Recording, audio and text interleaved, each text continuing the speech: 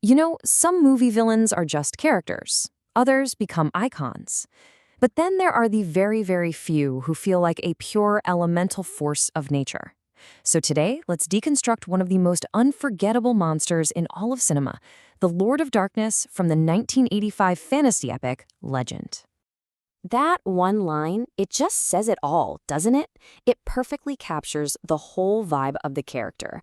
This isn't just about some bad guy trying to take over the world. It's about a fundamental law of the universe. And believe it or not, that simple idea is exactly where this whole story begins. So, where do you even start when you're trying to create a character who is the literal embodiment of evil? Well, it all kicked off in the mind of director Ridley Scott. And remember, this is Ridley Scott fresh off the masterpieces of Alien and Blade Runner. The guy was on fire. Now, you'd think for a monster this complex, this visually stunning, the origin story would be some epic saga, right? Well, it was actually surprisingly simple. Scott just knew he wanted to make a classic fairy tale, but, one for adults. Something closer to the dark, primal horror of the original Grimm stories. And that was it. Seriously, that was the entire brief Ridley Scott gave to novelist William Hjortsberg. No character description, no backstory, just a name. He wanted a story with unicorns and a villain named Darkness. And from that one little seed, this absolute nightmare started to take root. And boy, did it grow. Hjortsberg went on to write 15 different drafts, and let me tell you, the early versions were deeply unsettling. We're talking about a story where the princess gets transformed, whipped, and eventually seduced by darkness. It got so intense that a studio exec actually had to step in with that very blunt, very direct note. So yeah, they had the dark part down, but it was way too much for a mainstream movie. Okay, so once they reined in the concept a little bit, Scott had another massive hurdle. Who on earth could actually play pure evil? This wasn't a role for just any actor. He needed someone with this huge, almost theatrical presence that could just command your attention. Enter Tim Curry. By the mid-'80s, Tim Curry was already this living legend. He was an actor who could own a stage and a screen like very few others. His real power was his ability to be absolutely terrifying, and somehow, at the exact same time, completely charismatic. So what was it that sealed the deal for Scott? What made him say, "That's my guy"? It was the Rocky Horror Picture Show. Curry's shocking, magnetic, and just totally unforgettable performance as Dr. Frankenfurter was the exact energy Scott was looking for in his Lord of Darkness. For Ridley Scott, there was no other choice.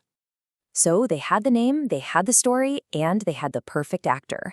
Now came the truly impossible part. How do you physically build him? This massive challenge fell to a young special effects wizard named Rob Bottin, who had already completely changed the game with his work on John Carpenter's The Thing.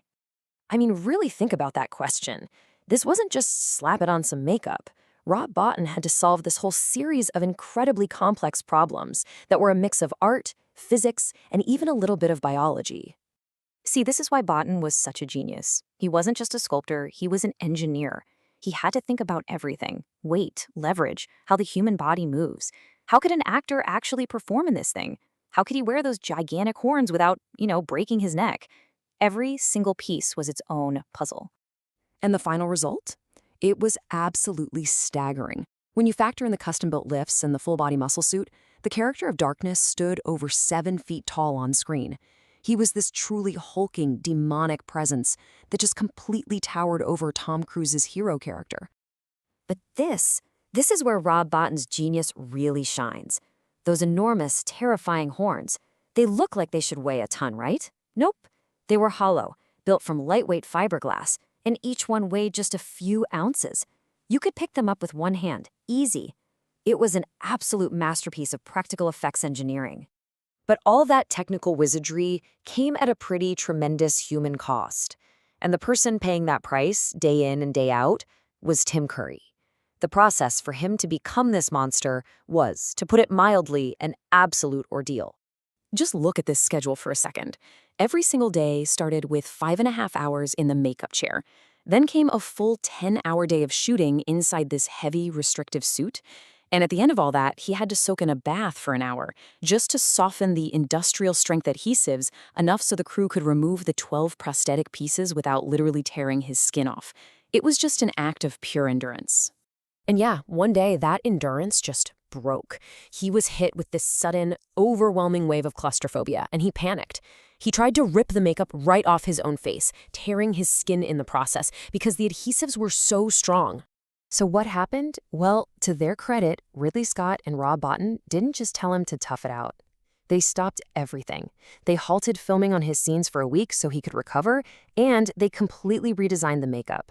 They simplified it, taking it from 12 separate pieces down to 9, which made it easier and faster to put on, and most importantly, way safer to take off.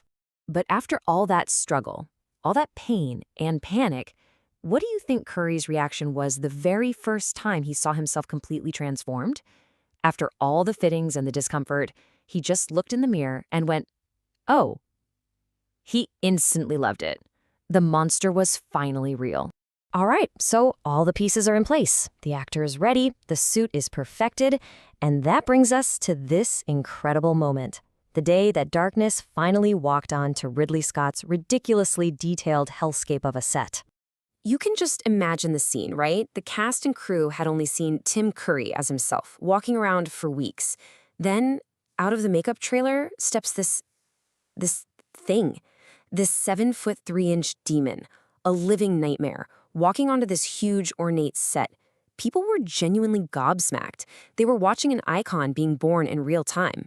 And in the end, when you put it all together, Scott's vision, Hjortsberg's words, Bottin's incredible engineering, and Curry's powerhouse performance, you get something truly timeless.